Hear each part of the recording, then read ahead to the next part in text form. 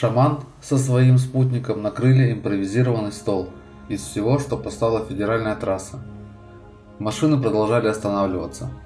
Сначала подъехала семья из Якутии, направляющаяся к Байкалу на отдых. Оставили фруктов. Затем потянулся читинец, который признался, что его волнует кровожадность любых революций. Габышев с помидором в руке вел беседы с паломниками, изредка отвлекаясь на фото. Когда мы остались одни, Александр рассказал, что какое-то время после смерти жены жил в лесу, затем стал шаманом. «Я же сумасшедшим был 3 года. Хорошо, что меня мать в лес отправила, а так в психушке сейчас лежал бы. Деревенские хотели меня отправить лечиться». «Это о вас писали в якутской газете про отшельника, жившего в лесу и построившего часовню скончавшейся жене. Его еще зимой коневоды спасли от холодной смерти. Да, видите? Говорю же, что вся деревня знала о моем сумасшествии, но сейчас-то я нормальный, адекватный человек, видите? А вы не боитесь, что вас могут снова попробовать отправить в психбольницу?» «Конечно попытаются. Пусть пытаются. Я знаю, что меня Бог бережет. Конечно, я чуть-чуть сумасшедшие слова говорю. Вот мое слабое место. Пользуйтесь властью». Поужинав, 2 Александра начали разворачивать лагерь. Высокие колья скелета юрты и натягиваемый поверх ярко-синий материал, подобно маяку, вновь начали притягивать все новых любопытствующих, желающих пообщаться с шаманом. «Так будет, пока не стемнеет», – рассказывает сахалинец, а утром снова в путь. И так до августа 2021 года, как рассчитывает сам Габышев. Если только Путин раньше в отставку не уйдет, тогда миссия шамана закончится. «Я же в Бога верю, в Христа. Он сделал из меня человека, всю силу меня отберет, и я стану простым человеком. Шаман же обречен на одиночество, а я одиноким всегда быть не хочу». Вы считаете, что если Путин уйдет, все изменится к лучшему? Для меня уход Путина будет победой. Главное победить демона, а люди с людьми сами разберутся. Найдутся сильнее Сеченых и Медведевых, найдутся умнее их. Другие партии воспрянут. Пусть Жириновский идет, Зюганов, Навальный, вперед. Главное, что они люди, пусть идут во власть, а народ там разберется, кого выбрать. Евгению я дал понять, что мне статья понравилась, но свои мысли по поводу ее содержания я ему высказывать не стал. Мыслей было столько, что я перестал пропалывать свой дачный участок, где жил с ранней весны, и на следующее утро не стал делать зарядку, размышлял в бездействии и телесном оцепенении. Для понимания, как на меня подействовала информация из интернета, поясняю, что прополка сада – это у меня не работа, а символ философского мировоззрения. 30 лет назад я купил дачу в идеальном состоянии. Каждый уголок земли был тщательно прополот, нигде ни соринки, ни сорнячка, что-то наподобие японского сада. Красиво, одним словом. Вот такой, как 30 лет назад, я и хотел оставить землю в саду после себя, красивой. А зарядка для бывшего спортсмена – это вынужденная мера, чтобы позвоночник и суставы не потеряли подвижность после страшных перегрузок в молодости, и чтобы огромную сердечную мышцу и просторные в прошлом сосуды не заклинило от дряблости и ошметков разрушающейся плоти. Так вот, после прочтения статьи я так глубоко задумался, что сорняки высунули голову, а плоть увяла, как пучок вырванной травы на солнцепеке. Мне стукнуло 60, дали мне пенсию 15 тысяч. У меня есть квартира, дача и машина. Квартира в хрущевке, дача 4 сотки, машине 20 лет. Но жить осталось, может, год, но максимум 10. Дотяну до финишной черты свое богатство, как говорится, налегке. Никуда с дачи, кроме как в лес за березовым соком весной и в магазин за хлебом, крупой и фрикадельками не хожу. В гости никого не зову. Ни с кем не общаюсь даже по телефону. Читаю любимые книжки, которые уже читал, смотрю фильмы, что смотрел неоднократно, наблюдая вновь и вновь перед рассветом, как плывет над верхушками деревьев созвездие Ориона, ведя на поводке блистательного ночью Сириуса, поникшего и тусклого к утру. А вечером после заката неторопливо жду, когда у южного столба моей веранды повиснет огонек Юпитера. Космический сигнал отбоя уж полночь близится. Но я в кровати, и мне плевать, что Германа все нет. Лежу в покое на деревянном ложе. Сам смастерил из досок кровать с учетом длины и ширины частей своего тела. Засыпаю быстро, давно отмучившись кошмарами снов, совести и грехопадения. Доски, кровать, ящик для сна, вечного. Люди старого обряда так уходили навсегда, заранее сколотив ящики, постелив на его дно деревьев хвойные стружки. Вроде я живу, и живу праведно, но разве это жизнь? Не похоронил ли я себя заживо в райском саду под звездами? Ну хорошо, говорил я сам себе, допустим, ты был неравнодушным, эмоционально писал статьи в защиту тех, кого власти отодвинули в очереди на квартиру ради очередного назначенца. Бился решительно и смело за тех, кого выгоняли с работы за пару правдивых слов на правсобрании. С кем поступили несправедливо, кого обидели в суде неправомочным приговором. Это было в то советское время, которое молодежи с сегодняшнего дня незнакомо и непонятно. Они ничего не знают о развитом социализме и о тех мерзавцах из правящей элиты, загубивших прекрасную мечту о равенстве и братстве. Ты видел первые митинги протеста у колонн здания обкома партии, видел сотни свежевырытых могил в Баку при подавлении восстания. Ты возглавлял Народный фронт борьбы в Тюмени, был народным депутатом, видел баррикады вокруг парламента России и танки, стреляющие по нему. Ты видел смерть героев на Красной Пресне.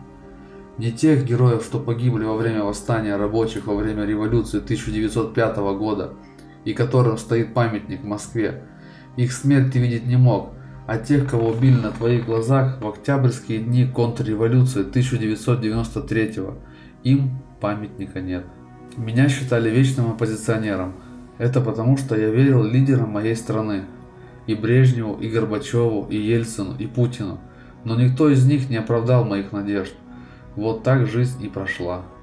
Еще совсем недавно я спешил на каждый митинг, что проводила оппозиция, и каждую неделю стоял в пикете на главной площади Тюмени, отстаивая свободу слова и собраний. Создал 2 боевых сайта для борьбы с коррупцией и несправедливостью – Скотный двор и Цветной бульвар. Год за годами критиковал, призывал бороться, на что-то надеялся, и все. Бобик хоть и не сдох, но сивку горки укатали. Мальчик Джоэль проиграл битву с наемниками мирового империализма. Идеи острова Свободы пошли на дно во время шторма перестройки. Убрали паруса, срубили мачту, а вместе с ней флаг. Бросали за борт пушки и в хаосе кораблекрушения вместе с якорями расстались без оглядки с мечтой плыть далеко, искать и не сдаваться. Приплыли к берегу среди обломков. Что за земля? Земля империализма. Ну здравствуй, мир, покинутый, как нам казалось, навсегда. Богач и нищий, раб и господин. И что нам делать? Снова взять в руки инструмент и строить лодку мечты и веры? А где взять силы, если жизнь прошла? И тут вдруг шаман выходит на тропу борьбы. Кто это? Что это? Как и многие тысячи россиян, я лазил в интернете и смотрел все, что всплывало в поисковиках на тему о шамане. Затем подписался на канал народного блогера Лёхи Кочегара и вместе с ним следил, как шаман Александр Габышев приближается к Чите. На 12 июля был назначен митинг с участием шамана. Я ждал этого дня, как возможность увидеть человека в деле, то есть во время прямого общения с массой людей. Я в жизни встречал много умных и порядочных людей, которые хороши в беседе и личном общении, но не могут стать лидерами на площади, когда надо говорить вживую с народом. Встречал и отличных ребят, ораторствующих легко и бойко, которых слушают с вниманием, им даже хлопают на митингах, но когда они выставляют свою кандидатуру на выборах, народ относится к ним с недоверием, не признают политическим лидером, потому как увлекательно и умно говорить не самое главное достоинство человека. Поэты говорят красиво, но вождем племени за это их не выбирают. Митингующие речь послушают, фамилию оратора запомнят, но голосовать пойдут за того, кто ближе к земле.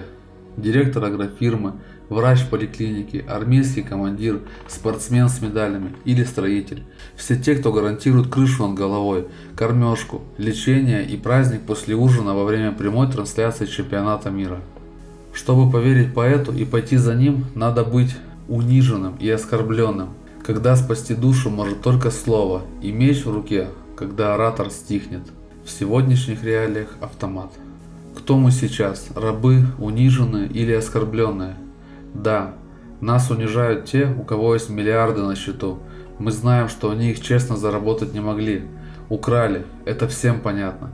И продолжают красть, шаря в бюджетном кармане отнюдь не на шару, а настойчиво и целенаправленно. И это варьё считает себя людьми умными и удачливыми, а нас КамАЗом отбросов. И воры требуют, чтобы мы их чтили, уважали и кланялись им низко. Они уже осмелели до того, что ждут от нас знаков любви и преданности. Но если мы рабы, значит они рабовладельцы. А где списки крепостных? Кто барин? Чьи мы души? Кто сейчас в России гоголевский Собакевич? Кто Коробочка? Где этот помещик Манилов с двумя своими кучерявыми сынишками по имени Алкид и Фемистоклюс? Кто Плюшкин? Тысячелетиями рабы знали, кто их хозяин. Единственное слово, которое они должны были помнить днем и ночью, имя хозяина. Вся история цивилизации нашей – это история имен хозяев. Даже Сталина, главу первого в мире мощного социалистического государства рабочих и крестьян, все его ближайшее политическое окружение называло хозяин. Друзья нынешнего президента России называют его начальник. Понимаете, вся эта шайка миллиардеров не считает его хозяином. Типа ты старший, мы твои товарищи, но не рабы. Миллиардеры себя рабами не считают, а бедняки, то есть я и вы. Мы считаем президента своим рабовладельцем. Думаю, что вы так не считаете. Получается, мы рабы, но не президента. Ладно, а например, российских миллиардеров Ротенберга, Михельсона, Левинзона, Вихсельберга вы своими хозяевами готовы назвать? Боже упаси, воскликните. Идем дальше. Сечин и Миллер, главы Роснефти и Газпрома, ваши хозяева. Председатель Госдумы Володин, ваш господин. Председатель Совета Федерации Валентина Матвиенко, она вам госпожа. Губернатор Александр Мор в Тюменской области, он что, владетель жизни моей? Да смешно. Ощущение, что мы за последние 30 лет превратились в рабов, есть. Оно реальное, мы это чувствуем. А чьи мы рабы, не понимаем.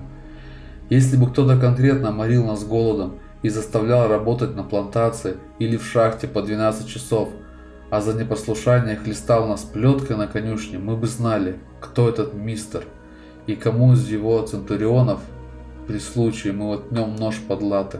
У меня на столе постоянно находится маленькая тоненькая книжка, повесть Александра Пушкина «Дубровский». Благородный литературный герой знал, кому будет мстить: богатому наглому соседу-помещику за то, что он оскорбил честь отца и отнял с помощью продажных судебных чиновников у отца имение. Повесть, кстати, документальная, и в ней приводится копия реального судебного решения, несправедливость которого Пушкин и поясняет своей чудной прозой.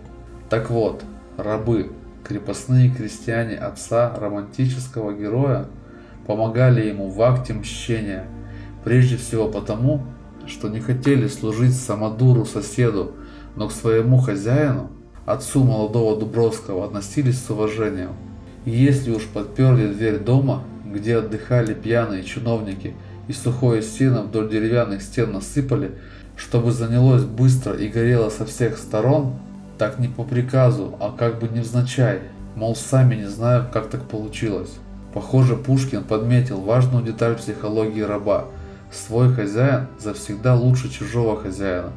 И если вдруг между хозяев какая ссора произойдет, своему надо служить верой и правдой, а чужого сжечь, без зазрения совести. К тому же давно хочется кого-то из хозяев подпалить, а тут как раз хороший случай. Пушкин уберег своего героя не только от наказания органов царской власти за бунт, грабеж и разбой, он спас его от мук совести за зверское убийство. Остался чист, прекрасен, благороден, достоин восхищения и любви. А что живьем горели люди в его доме, так тому виной инстинкты людей, бедных и обиженных судьбой, таких как мы, кому не повезло. Кто же этот человек? Кто идет с тележкой по автотрассе в сторону Москвы? Точно не Дубровский и не разбойник благородный, не Карбонарий и не Робин Гуд. Емельяна Пугачева не похож, и уж тем более на Степана Разина. Странный какой-то, говорит вроде понятно и просто, но будто не о реальной жизни, а о сказочной стране, где по небу летают огнедышащие драконы, и царствует в которой самый страшный из них демон. Мы в Кремле знаем царька по имени Димон, хохочем над ним, зубоскалим по поводу его кроссовок и домиков для уточек. А демон – это из какой сказки? Слова «президент» и «демон» очень плохо сочетаются в нашем сознании. Царь и антихрист – это да, это по-нашему. Тысячи раскольников шагнули на Русь в огонь, спасаясь от власти патриархов и самодержцев, дерзнувших посягнуть на символы древней веры и нарушить старые обряды. Худо-бедно, но почти все у нас понимают слово «сатана». Это Воланд из романа Михаила Булгакова «Мастер и Маргарита». Вполне справедливый такой дядечка, который хоть и переполошил Москву, но никаких бед народу не принес. Наоборот, спас рукопись мастера и дал ему покой. И, между прочим, с посланниками ведомства Иисуса Христа контактировал дипломатично, проявляя такт и уважение.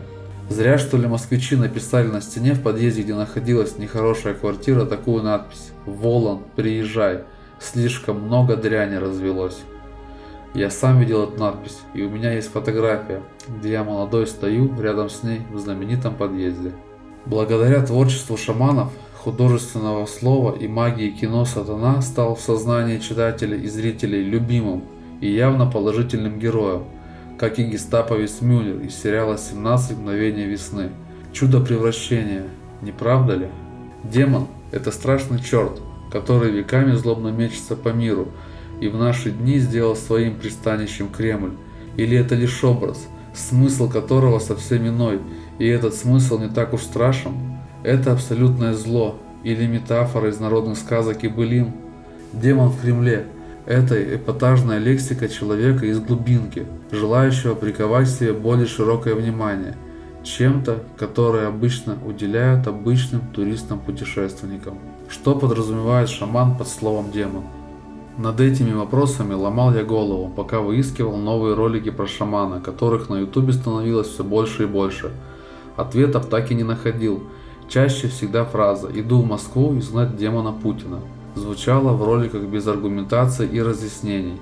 Ладно, подожду до 12 июля и митинга в Чите, увижу, услышу, сделаю выводы, а пока буду жить как жил. Год 2019 был для меня с самого начала, с января месяца, годом прощания с надеждой, что я успею при жизни увидеть счастливую страну под названием Россия.